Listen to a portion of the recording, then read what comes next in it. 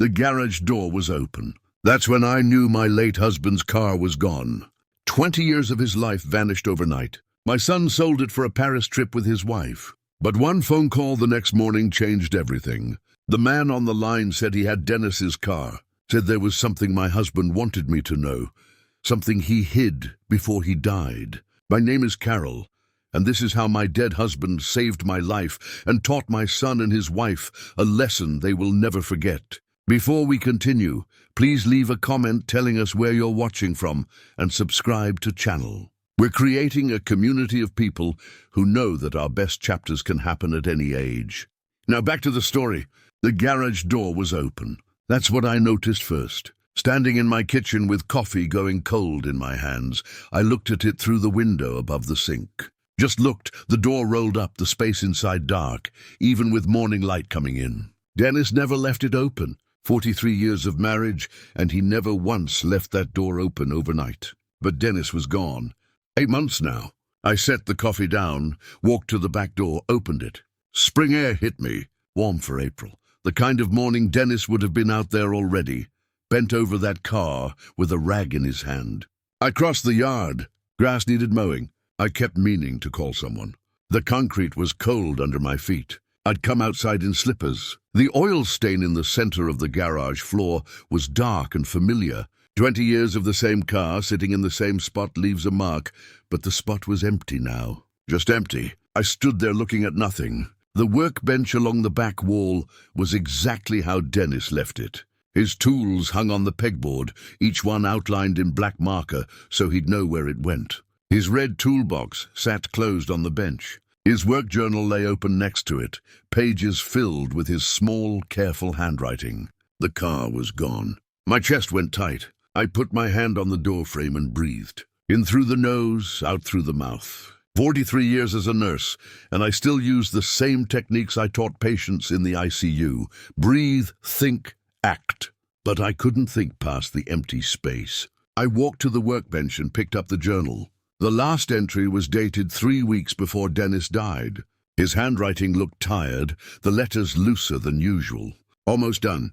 20 years on this beauty. Can't wait to teach Carol to drive her properly. Our retirement road trip starts next summer. I closed the journal, put it back on the bench, exactly where it had been. The garage still smelled like him. Motor oil and old leather and that orange hand soap he used. I could see him here. Could almost hear the music he played on that old radio. Classic rock. He'd sing along when he thought I wasn't listening. A car engine sounded outside on Oakwood Drive. I turned. Brian's black BMW pulled into my driveway. Lease, not bought.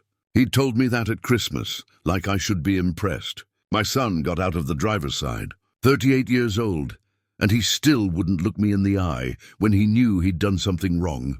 Even from across the yard I could see it. The way his shoulders hunched, the way he shoved his hands in his pockets. The passenger door opened.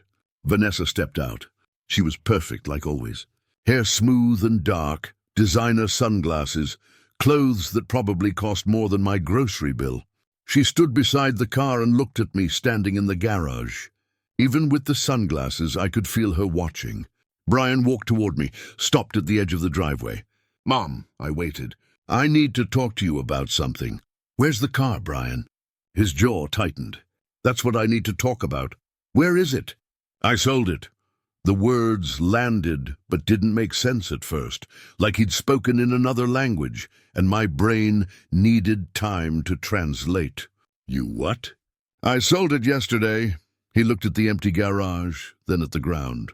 "I needed the money.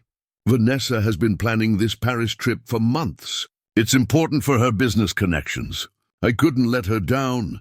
The tightness in my chest spread. My hands were shaking, so I crossed my arms. "That was your father's car. It was just sitting there." His voice went defensive, harder. "Dad's gone." "Mom, you don't even drive it." It was his, was past tense. Brian finally looked at me. His eyes were red around the edges. Tired. I got a good price for it, too. $15,000. That's fair for a car that old. $15,000 for a car Dennis had spent every weekend working on. For a car he'd restored piece by piece over 20 years. For a car he'd promised would stay in the family. I wanted to yell, wanted to grab my son and shake him until he understood what he'd done. But 43 years in the ICU taught me to keep my voice steady, even when everything inside was breaking. When did you take it? Yesterday afternoon. You were at the store. He still had his key, the one from when he lived here, before he moved out, before he met her. I never asked for it back, and Dennis always left the garage unlocked. Said he wanted to be able to get in there quick if he thought of something. You should have asked me. Would you have said yes? No, I wouldn't have. Vanessa walked up then. She moved like she owned the driveway, the yard, the whole street, stood next to Brian, and put her hand on his arm. Her nails were red and perfect. Carol, we're not discussing this. It's done. The car is sold. We leave for Paris tomorrow. This is between me and my son. I'm his wife. What's between you and him is between all of us. Her voice was pleasant, reasonable, like she was explaining something simple to someone slow. Brian needed that money. The car was sitting unused. It made sense to sell it. It was his father's. His father is dead. She said it flat. Matter of fact. And Brian is trying to build a life. We both are. Surely you understand that. I didn't trust myself to speak. Just looked at Brian. He wouldn't meet my eyes again. Vanessa's hand stayed on his arm. Possessive. We'll send you photos from Paris, Vanessa said. She smiled. You'd love it there. The architecture, the museums, very romantic. The casual cruelty of that comment, like she didn't know what she was saying. Or maybe she did. Brian shifted his weight. We should go. Still need to pack. Yes. Vanessa tugged his arm gently. We have an early flight. They walked back to the BMW. Brian glanced back once, just once, saw me standing there in Dennis's garage, with my arms crossed and my slippers on. Then he got in the car. Vanessa's window rolled down. Take care of yourself, Carol. We'll see you when we get back. The BMW backed out of the driveway and drove away. I watched until it turned the corner at the end of Oakwood Drive. Then I was alone. I went back into the garage, stood in the center where the oil stain was. The silence was different without the car, emptier. The morning sun came through the open door and lit up dust in the air. I picked up Dennis's journal again, opened to that last entry. Read his words about teaching me to drive, about our retirement road trip, about 20 years of work finally finished. His coffee mug was still on the shelf, stained from years of use, handle worn smooth. I'd washed it after he died, but couldn't bring myself to put it away. Everything was here except the car, his tools, his workbench, his radio, the smell of him in every corner, and the empty space where the Shelby should have been. I closed the journal and held it against my chest. The sun was warmer now. Somewhere down the street, a dog barked. A lawnmower started up. Normal sounds, normal morning. 8 months of being a widow, and I thought I'd cried all the tears there were. But standing in that garage, holding Dennis's journal, looking at the empty space our son had left, I felt them coming again. I locked the garage door, turned off the light, walked back to the house with the journal still in my hands. The empty space where the Shelby should be looked like a wound. The phone rang at 7 in the morning. I'd been awake since 4. I was sitting at the kitchen table with Dennis's journal open in front of me. Had been reading the same page over and over. The one where he documented replacing the carburetor, his handwriting so careful, his measurements exact. The phone kept ringing. Unknown number. I almost didn't answer. Hello? Mrs. Bennett, a man's voice rough around the edges like he'd been crying. This is Tom Graves from Graves Classic Auto. I have your husband's car. I sat up straighter. What, the Shelby? Your son brought it in Wednesday. I need you to come to the dealership, please. Right now, if you can. There's something Dennis wanted you to know. My brain tried to make sense of the words. I don't understand. Dennis was my friend, a good friend. His voice cracked. I was at his funeral. I should have spoken to you then, but I couldn't. I'm sorry. Please, Mrs. Bennett, can you come? I remembered him now. Vaguely, a man standing in the back at the funeral home, grey hair, dark suit. He'd left before I could greet anyone. Where are you? He gave me the address. Industrial area on the east side of town. I wrote it down on the back of an envelope. I'll be there in 30 minutes. I got dressed, jeans and a sweater. Found my keys, drove across town with my hands tight on the steering wheel. The morning traffic was light. I passed the hospital where I'd worked for 40 years. The parking lot was already full. The industrial area was all concrete and metal buildings. I found Graves Classic Auto at the end of a long street. The building was clean, modern. Rows of vintage cars sat in the front lot behind a chain-link fence, all gleaming in the early sun. A man stood outside the main entrance. Grey hair, maybe 65, jeans and a button-down shirt. He was watching for me. I parked and got out. He walked toward me. His eyes were red. "Mrs. Bennett, thank you for coming. You're Tom?" "Yes." He put out his hand. I shook it. His grip was firm, but his hand was shaking. "I'm Tom Graves. Your husband saved my life 25 years ago." I waited. He looked at the ground, took a breath. "I needed a business loan. Had a dream of opening this place. No bank would touch me. Bad credit, no collateral, just a dream and a lot of nerve." He looked up. "Dennis co-signed for me. Risked his own credit and savings for a stranger. I paid back every penny, but the debt went deeper than money. He never told me. He wouldn't have." "That's who Dennis was." Tom wiped his eyes. "This dealership exists because of him. I've been successful. Built a good life. All because your husband believed in me when no one else did. When your son brought that Shelby in Wednesday, I knew it the second I saw it." Tom's voice went rough. "Dennis talked about that car every time we ran into each other. Car shows, auctions. He'd show me pictures on his phone. Tell me about the progress. He was so proud of it. Brian said he sold it. He did to me." Tom looked sick. "Your son had no idea what he was selling. I asked him if he knew the value. He said 15,000 sounded fair." My stomach dropped. "What's it really worth?" Tom met my eyes. "Around $180,000. It's a documented 1967 Shelby GT500, one of 2048 ever made. Dennis restored it to museum quality." The number didn't make sense. "Couldn't make sense. 180,000? "Yes, ma'am." "Brian sold it for 15. "Yes." I sat down on the curb. Just sat. Tom sat next to me. We stayed like that for a minute, neither of us talking. "I bought it from him," Tom said finally. "Paid him the 15,000 because he was desperate. Said something about a Paris trip with his wife. But Mrs. Bennett, that car was never mine to keep. Why are you telling me this?" "Because Dennis made me promise 2 years ago." Tom stood, held out his hand to help me up. "Come inside. There's something you need to see." He led me through the building to the garage. The space was huge. White floors, bright lights overhead. 3 cars sat in a row under covers. Tom stopped at the last one, pulled the cover back. The Shelby sat there gleaming, burgundy paint perfect, chrome shining. I walked toward it slowly, put my hand on the hood. The metal was cool and smooth. I could feel Dennis in every line. I opened the driver's door, sat in the leather seat. It smelled like the garage at home.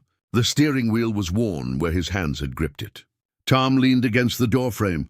2 years ago, Dennis asked me to help him install something. A hidden compartment. I looked up. "Why?"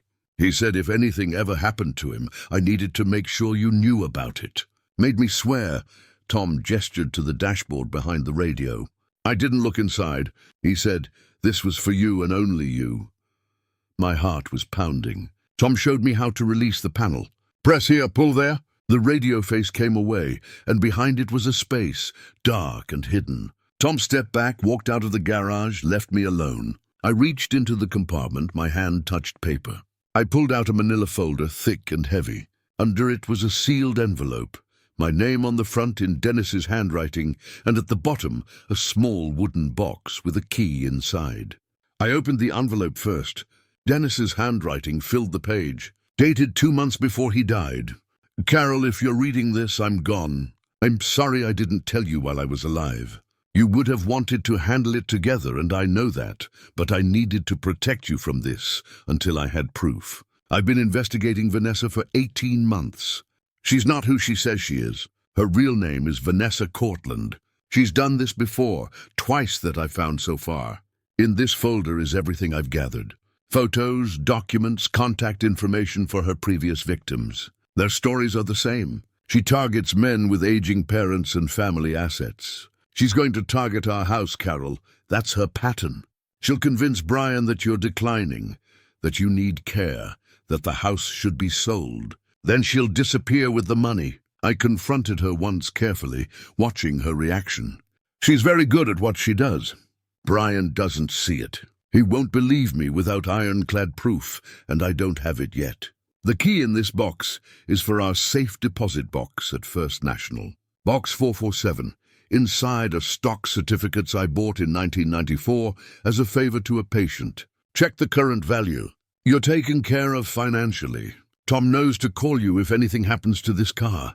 He's a good man. Trust him. Protect yourself. Protect our son. He's a victim in this too. I love you. I'm still protecting you, Dennis. I read it twice, my hands shaking. Dennis knew. He knew about Vanessa, spent 18 months investigating her. Died before he could finish. I opened the manila folder. Inside were photos. Vanessa at a wedding with a different man. Older gray hair. Another photo, different wedding. Different man. Marriage certificates, copies. Vanessa Cortland married Stanley Wright, Phoenix, Arizona. June 2019, Vanessa Cortland married George Murphy, Tampa, Florida. March 2021, newspaper clippings. Local man reports elderly mother's life savings stolen by daughter-in-law. Another one. Family business sold in suspected fraud case. Pages of Dennis's handwriting. Notes about Vanessa's behavior. Questions she'd asked about our house, about my health, about our assets, dates and times. At the back, contact information, phone numbers, Stanley Wright, Phoenix, George Murphy, Tampa. Dennis's final note at the bottom. Need more concrete proof before telling Brian. He won't believe me without it. She's too skilled. If you're reading this and I'm gone, please finish what I started. Protect our son. I closed the folder, held it against my chest. 8 months of me thinking I knew everything about our life together.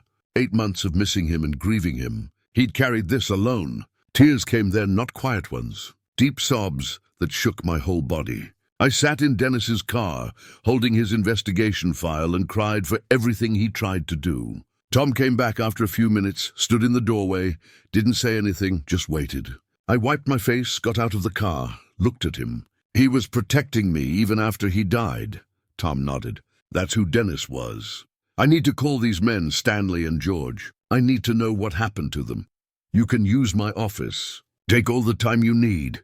I looked at the Shelby, at the car Dennis spent 20 years building, at the secret compartment he'd installed with Tom, at the investigation he'd left for me to finish.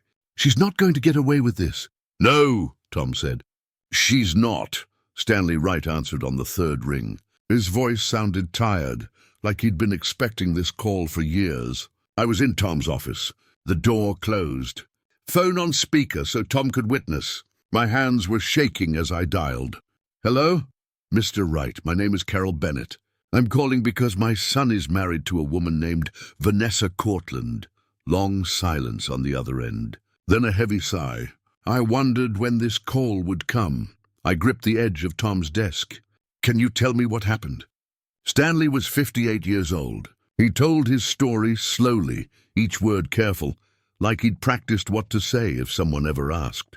He met Vanessa in the spring of 2019, community center where his mother volunteered. Vanessa was helping organize events. Charming, attentive, started talking. She seemed genuinely interested in him. His wife had died 3 years before. He was lonely. They dated.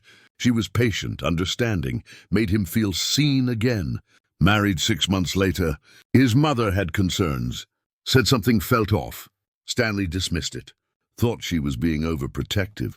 After the wedding, Vanessa started with small comments. Your mother seems to be slowing down. Have you noticed? She forgot my name yesterday. Is that normal? I'm worried about her driving. What if something happens? Stanley started noticing things he hadn't before. Normal aging suddenly looked like decline. Vanessa would find articles about dementia, leave them where Stanley would see them, articles about elderly falls, injury risks. Over months, she built a case that his mother wasn't safe. Then she found a memory care facility, the best in the state. She deserves the best, $20,000 a month. Only way to afford it was to sell his mother's house. Stanley convinced his mother it was for her safety. Sold the house she'd lived in for 42 years. $280,000. Money went into a joint account with Vanessa. His mother moved to the facility a few months after the wedding. 2 weeks later, Vanessa disappeared. Cleaned out the account. Every penny, left no forwarding address, changed her phone number. Stanley tried to track her, filed police reports, but the money was in a joint account, technically legal. His mother died 6 months later. Stanley's voice cracked. She kept asking when she could go home. I kept telling her soon, but there was no home anymore and no money to get her one. I closed my eyes. I'm sorry. Mom was fine, Mrs. Bennett, a little forgetful, but fine. She didn't need that place. She needed her home. He paused. Whatever Vanessa is telling your son about you, don't believe it. Document everything. She'll start small, little comments about you forgetting things, being tired, then she'll escalate. Thank you for telling me. Stop her, Stanley said. Please don't let her do to another family what she did to mine. I hung up, sat there staring at the phone. Tom brought me water. I drank it, dialed the second number. George Murphy answered immediately. George Murphy, I introduced myself. Same opening, he sighed. Vanessa Cortland. Yeah, I've been waiting for someone to call. George was 61. His story was different, but the pattern was the same. Met Vanessa at his father's funeral in early 2021. She was there supporting a friend, she said. Found George afterward. Expressed condolences. She understood grief. Said she'd lost someone too. They talked for hours. She helped him through the darkest time. Started dating a month later. His friend said it was too soon. He didn't care. Vanessa made the grief bearable. Married 8 months later. His father had owned a small auto repair shop for 40 years. George inherited it but didn't want to run it. Too many memories. Vanessa suggested selling. It's too much stress. Sell it. We'll take the money, travel, heal together, start fresh. Made sense to George at the time. Sold the shop for $195,000. Money went into a joint account. 3 days after the check cleared, Vanessa was gone, completely vanished. George tracked her through credit card records to Costa Rica. By the time he got there, the money was gone, laundered through multiple accounts, impossible to recover. She targets men with aging parents and family assets, George said. That's her specialty. She researches them first, knows everything before she even introduces herself. He paused. Does your son have access to your house, your finances? Not yet, but she's been setting the stage. Then you have time. Stop her before she gets him to sign anything. After I hung up, Tom and I sat in silence. Dennis suspected all of this, Tom said finally. He came to me 6 months before he died. Asked me to help him. Said he had a buddy, a private investigator, Peter Coleman. They were working together. Why didn't Dennis tell me? He said he needed ironclad proof. Said Brian was so in love, he'd never believe it otherwise. Tom pulled out a business card from his desk drawer. Peter's been waiting. Call him. I took the card. Peter Coleman. Private investigations. A local number. First, I need to go to the bank. First National was across town. I drove there with Dennis's investigation file on the passenger seat.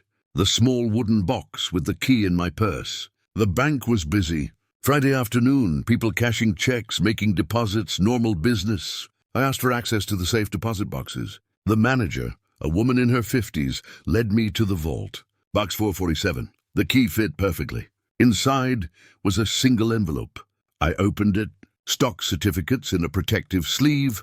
Documentation. A letter from Dennis. Carol. I bought this stock as a favor to a patient in '94. His son was starting a tech company and needed investors. I gave him $5,000, never expecting anything. The patient died the next year, and I honestly forgot about these certificates. Found them last month while organizing files. Looked up the company and nearly fell over. This is worth more than we ever saved. This is for you, for our future, for security. If you're reading this from the safe deposit box, something happened to me. Sell these when you're ready. Live well, travel, stay independent. Don't let anyone convince you otherwise. You're taken care of, Den. I took the certificates to the bank manager. Can you tell me what these are worth? She researched on her computer. Her eyes widened. Mrs. Bennett TechCore Solutions went public last year. These shares are currently valued at approximately $342,000. I sat down. Just sat. The manager brought me water. Are you all right? My husband bought these. She pulled up records. Purchased May 94 for $5,000. The company remained private for 30 years, then went public. Stock price has been climbing. $342,000. Dennis left me financial security I never knew existed. I had resources now, power, options. I could fight Vanessa on equal footing. Saturday morning, I met Peter Coleman at a coffee shop near the hospital. Tom had called him, set it up. Peter was 55, graying, methodical-looking former detective. He had folders with him, sat across from me in the booth. Dennis was my friend. When I heard about his death, I wondered if Vanessa would make her move. You kept investigating. Dennis made me promise not to contact you directly unless Vanessa acted against you. He didn't want to alarm you with unproven suspicions. Peter opened his folder, but I kept watching. He showed me printouts, digital footprint from the last 3 months. Vanessa active on caregiver forums under a fake name. Posts asking how to convince resistant elderly people they need help. Questions about assisted living facilities, memory care costs, property browsing history, Costa Rica real estate, financial investigation. Credit cards in Brian's name, 3 cards, $32,000 total debt, charges for designer clothes, expensive restaurants, luxury hotel in Paris. Brian's salary as an office manager is $65,000 a year, Peter said. Not enough to support this lifestyle. She's living on borrowed money he doesn't even know he owes yet. Peter laid out a projected timeline based on previous victims. Phase 1, Paris trip. Build the dream. Make Brian feel inadequate. Phase 2, next 2 or 3 months, she'll start concerns about you. Suggest you're declining. Phase 3, 4 to 6 months, build the case for assisted living. Phase 4, 6 to 8 months, convince Brian to sell your house. My house is paid off, worth $320,000. Exactly. Her total take would be over $350,000. Peter closed the folder. She's in setup phase now. When they get back from Paris, she'll start the campaign in earnest. Can the police stop her? Not yet. She hasn't committed a crime in this state. The previous scams were in Arizona and Florida. Until she actually takes money or commits fraud here, police can't act. So we wait for her to hurt us. We build the case now. Document everything. When she makes her move, we're ready. Peter leaned forward. And Brian has to see the truth himself. If you just tell him, she'll convince him you're paranoid. He has to discover it. I understood. Brian wouldn't believe me without proof he found himself. That evening, I sat at my kitchen table, made a list of everything I'd noticed from Vanessa over 2 years. 2 months ago, Brian asking where I keep the house deed. 6 weeks ago, Vanessa taking photos of every room during a visit. 1 month ago, Brian asking if I'd forgotten about lunch plans we never made. 3 weeks ago, Vanessa commenting how tired I seemed. 2 weeks ago, a brochure for Sunset Hills Senior Living falling from Vanessa's purse. The pattern was there, been building for months. Vanessa was creating a narrative that I was declining, preparing Brian to believe his mother needed help. I thought about the stock certificates, about why Dennis kept them in the bank, but hid the investigation file in the car. The answer was obvious. The bank was fireproof, secure, the safest place for something valuable. But the car was Dennis's private space. Vanessa never went in the garage, never showed interest in his tools or his work. She stayed in the house. The car was where Dennis could hide something he didn't want her to find. He thought of everything. I closed my notebook. Outside, the sun was setting. Spring evening, warm and quiet. Dennis protected me in every way possible. Left me money, left me evidence, left me people who would help. Now I had to protect Brian. They came back from Paris on a Tuesday, both tanned. Brian looked tired despite the vacation. Stress lines around his eyes that hadn't been there before. I'd invited them for dinner. Played the part perfectly. Made pot roast. Dennis's favorite. Brian's childhood favorite, too. They arrived at 6, Vanessa in clothes I'd never seen before. Silk blouse, designer jeans, expensive bag. I hugged Brian at the door. He held on a second longer than usual. Vanessa's hug was quick, performative. We sat at the kitchen table, the same table where I'd raised Brian, the same chairs Dennis refinished 20 years ago. Vanessa controlled the conversation from the first minute. Paris was beautiful. The hotel in the Marais was stunning. They had lunch near the Louvre, dinner at a restaurant I couldn't pronounce. She painted a picture of the life they deserved, the life they should have. It was wonderful, Vanessa said, but it made me realize how much we're missing out on. Brian works so hard, and we have so little to show for it. She looked at me when she said it, the meaning clear. I kept my face neutral past the potatoes. Brian jumped in. Mom, you should think about traveling too, seeing things. Maybe someday. Vanessa leaned forward. Carol, this house is really too big for one person. Have you thought about downsizing? Maybe something more manageable. There it was, the first direct move. I'm managing fine. This is my home. Of course. Vanessa's smile was pleasant, reasonable. We just care about your safety. The stairs, the yard work. It's a lot for someone your age. Brian nodded along. We worry about you here alone, Mom, I noticed. He said we, not I. Vanessa's words coming out of his mouth. I appreciate the concern, but I'm fine. Vanessa let it drop. But I saw the calculation in her eyes. Seeds planted. She'd push harder next time. After dinner, we moved to the living room. Coffee and the apple pie I'd made. Vanessa excused herself. Bathroom down the hall. She was gone 10 minutes. I waited 5, then excused myself. Found her upstairs, near Dennis's old office. The bathroom door was open and empty behind her. She jumped when she saw me. Oh, I got turned around. This house has so many rooms. The bathroom is downstairs where it's always been. She laughed, touched my arm. Of course. Silly me. Too much wine with dinner. I led her back downstairs, said nothing more. They left an hour later. Vanessa all smiles. Take care of yourself, Carol. We'll visit again soon. Brian hugged me. Goodbye. Love you, Mom. I watched them drive away, then went straight to my notebook, wrote down every detail while it was fresh. Wednesday morning, I called Brian. I need to talk to you about something. Can you come by? Just you. What's it about? Your father. Something I found in his things. Silence on the other end. Vanessa and I don't keep secrets, Mom. This is between you and me. Please, Brian, long pause. Okay, this afternoon. I have to tell Vanessa where I'm going. That's fine. He arrived at 3, alone like he'd promised, but he looked nervous getting out of the car. I had coffee ready. Dennis's investigation file on the kitchen table. Brian saw it and his shoulders went tight. Mom, if this is about the car again. Sit down, please. He sat, arms crossed, defensive before I'd even started. I took a breath, used my ICU nurse voice, calm, authoritative, factual. Before I show you anything, I need you to listen. Really listen. Can you do that? This feels like an ambush. It's protection. I showed him Dennis's letter first, put it in his hands. Brian read it, color draining from his face. Dad was investigating Vanessa for 18 months before he died. His reaction was instant. Anger, denial. Dad never liked her. He was paranoid about everything. This is ridiculous. I stayed calm.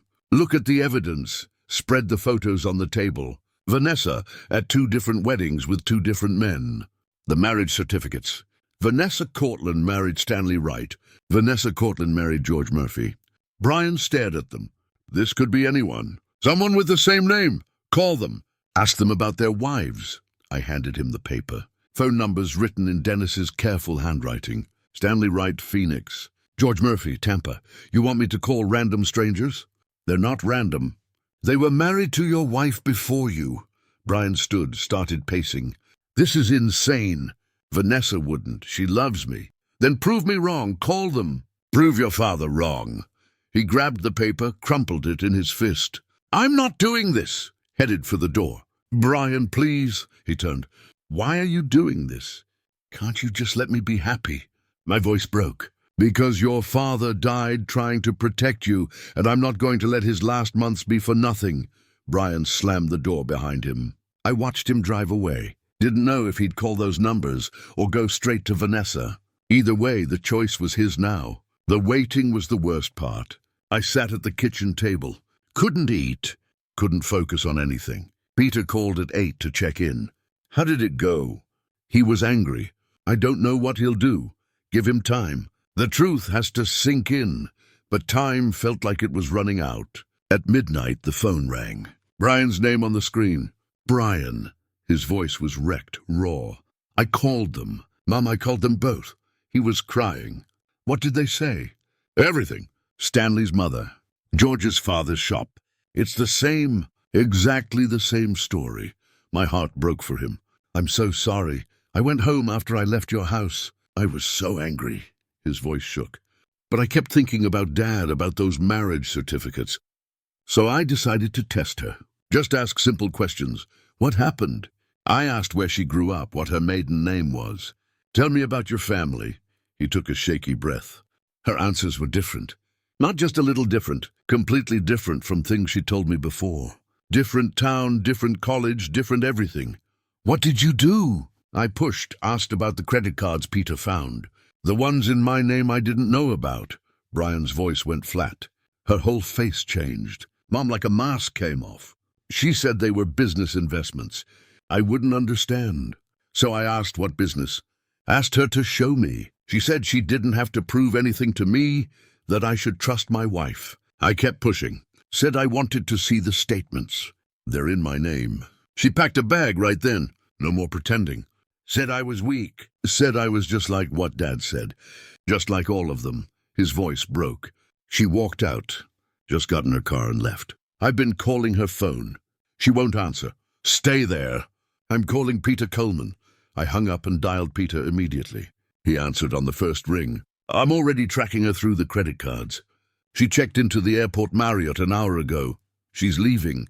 Made multiple cash withdrawals over the last 2 hours. Got about 12,000 total. And she just booked a flight. He paused. Mexico City, 6 a.m. departure one way. My stomach dropped.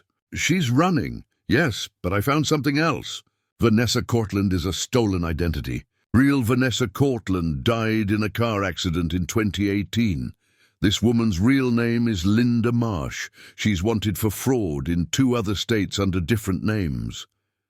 Can the police stop her? I've been in contact with detectives in Arizona and Florida. They'll issue a warrant? If we move now, we can get her at the airport before she boards. What do you need? Brian's cooperation. His statement about the credit card fraud. Can he do that? Yes, I'll make sure of it. At 3 in the morning, we met at my house.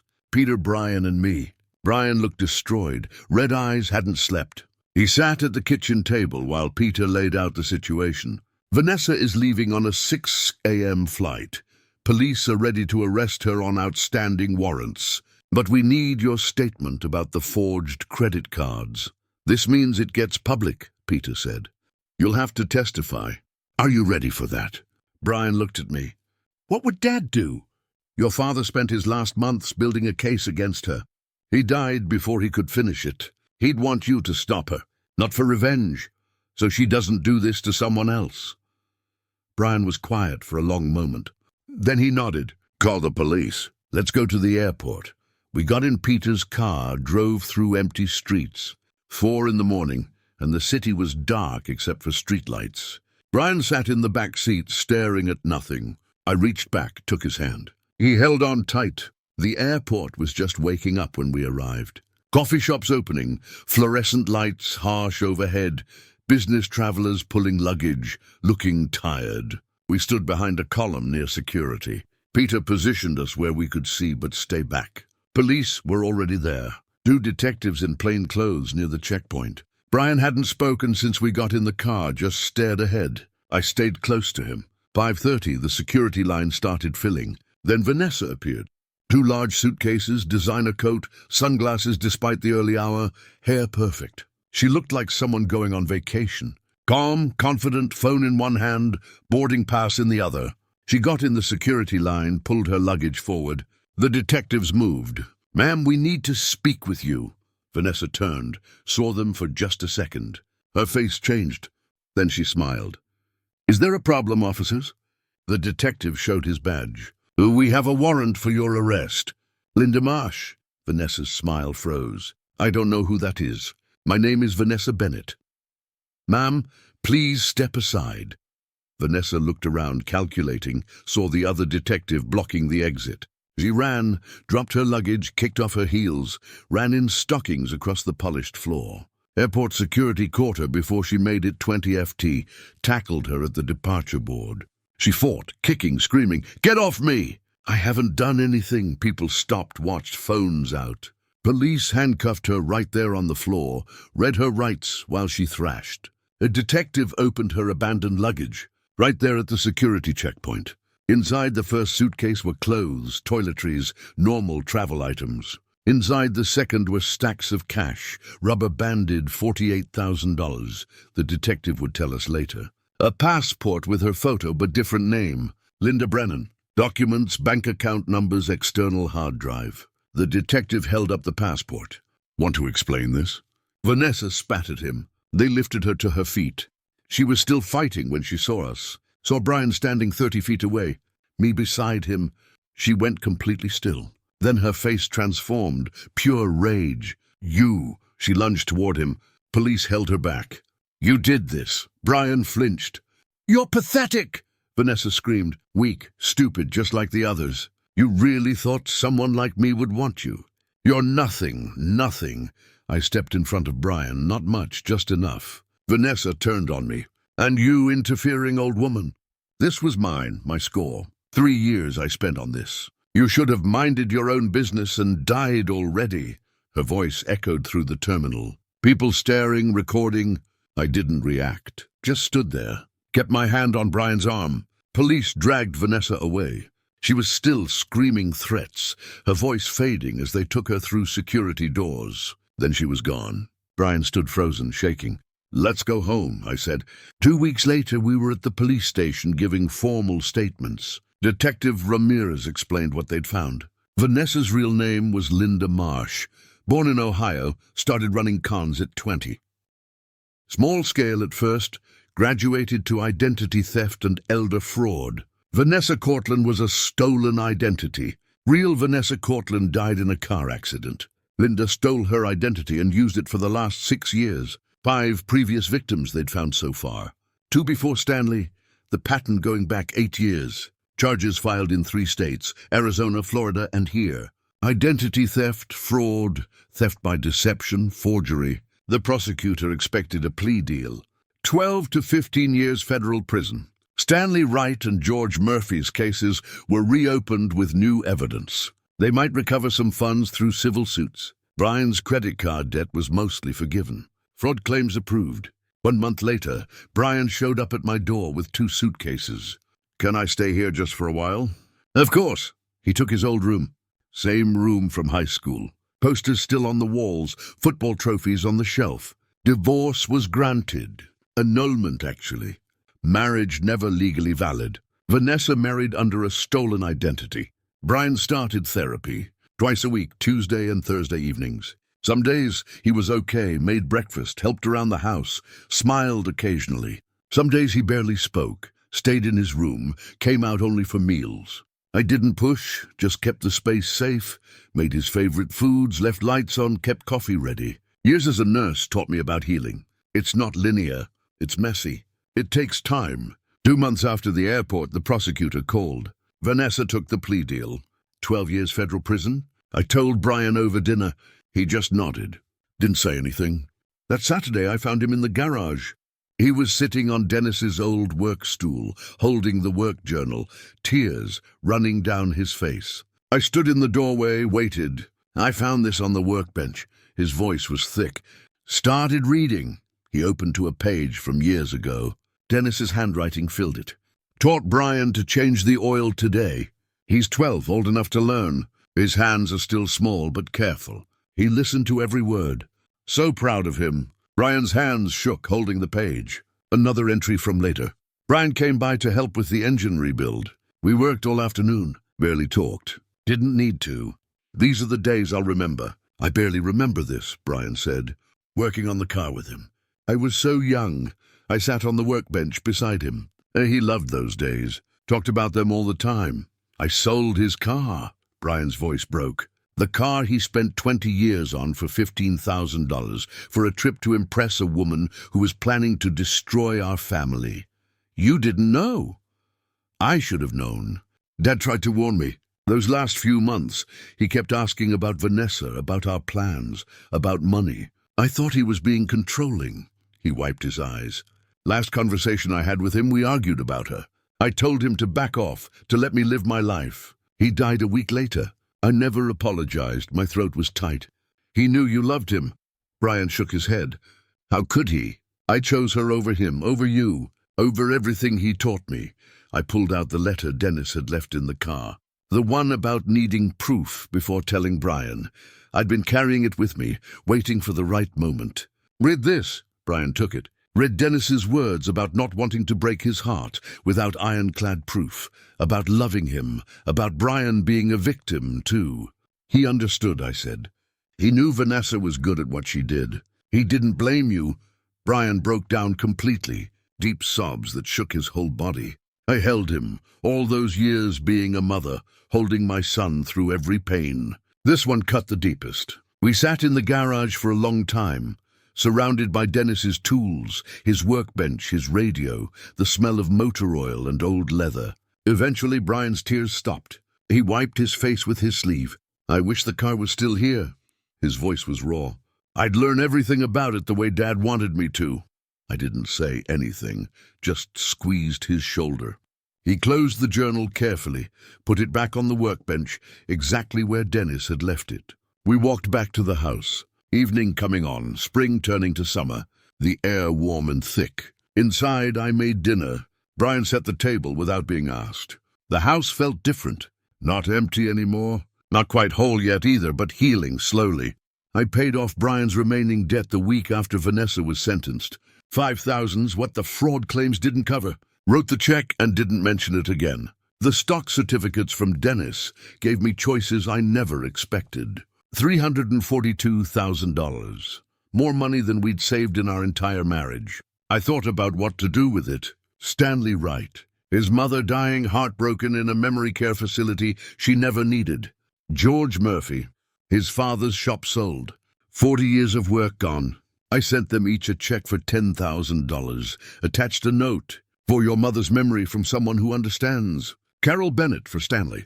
Similar words for George. For myself, I decided to stay in the house. Maybe travel a little. Small trips, nothing fancy. Stay independent like Dennis wanted. 2 months after the airport on a Saturday morning, I heard an engine rumble outside. Deep, powerful, familiar. I looked out the kitchen window. The Shelby sat in my driveway, burgundy paint gleaming in the sun. Tom Graves behind the wheel. My chest went tight. Brian was upstairs. I heard his door open, his footsteps on the stairs. He'd heard it too.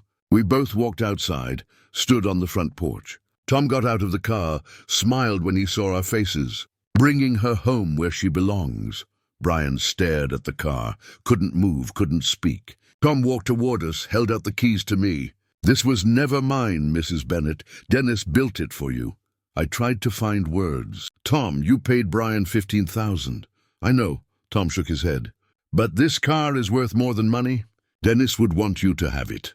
Want Brian to learn it. That's what matters. Brian's voice came out rough. I sold it. I threw it away. Tom looked at him. You were a victim too. Your dad knew that. That's why he built the case to protect you. Tom handed me the keys. Dennis told me once that this car was never really his. It was always meant for his family, for the people he loved. He gestured to the garage. You want help backing her in?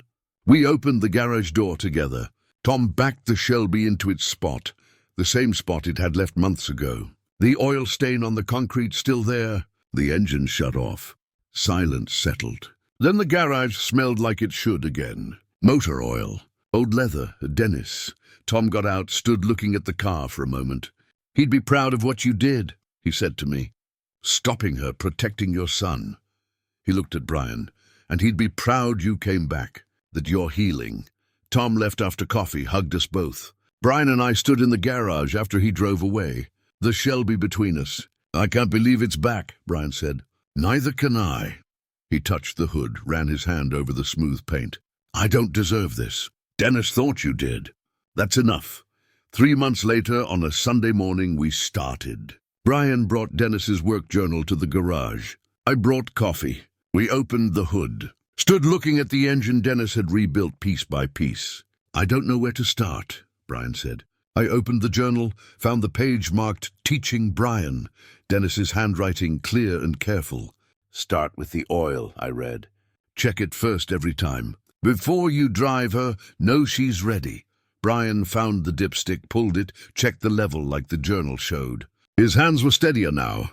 3 months of therapy showing. We spent the morning going through the car together, checking fluids, examining filters, testing systems, physical, methodical work, following Dennis's notes step by step. Brian's confidence grew as the hours passed. I saw Dennis in his movements, the careful attention, the gentle touch with tools. By afternoon, Brian was smiling, really smiling. "I forgot how much I loved this," he said, "being in the garage, working with my hands. Your father loved these days with you." I remember more now, little things. The way he'd explain everything twice to make sure I understood. The way he'd let me try even when I made mistakes. He closed the hood carefully. "I'm going to take care of this car the way he wanted." "We'll take care of it," I said. 4 months after Tom brought the car back, I decided it was time. Saturday morning, spring turning to summer. I stood in the garage with the keys in my hand. Brian came out. "You ready?" "I think so." We got in. Brian passenger seat. Me behind the wheel. The leather seat was cool under me. The steering wheel worn where Dennis's hands had gripped it for 20 years. I adjusted the mirrors.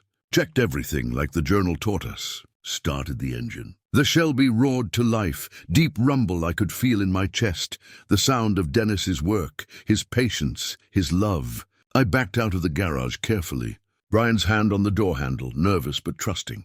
Drove down Oakwood Drive, windows down, warm air coming through, the engine purring smooth and powerful. Brian laughed. Dad would lose his mind right now in the best way. He taught me to drive when I was 17 on a stick-shift Ford. I stalled it 6 times. He never got frustrated. "This is easier." We drove with no destination. Through town, past the hospital where I'd worked, past the high school where Brian played football, just driving. The Shelby responded perfectly.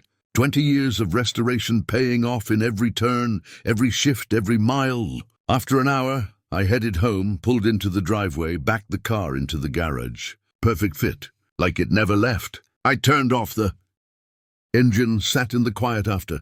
"Dad would be so proud of you," Brian said. "Of us," I corrected. That evening I made dinner. Brian came down and helped with the vegetables, chopping them the way Dennis used to. The house was quiet but not empty. The garage full again. Dennis's tools on their pegboard, his journal on the workbench, the Shelby in its place.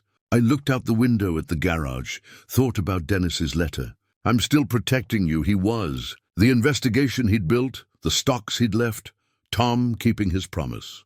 Dennis loved me enough to prepare for everything. I wasn't alone, never was, never would be. So that's my story. I'd love to hear what you think. Would you have been able to forgive your child for selling something that precious? Let me know in the comments and subscribe for more stories like mine.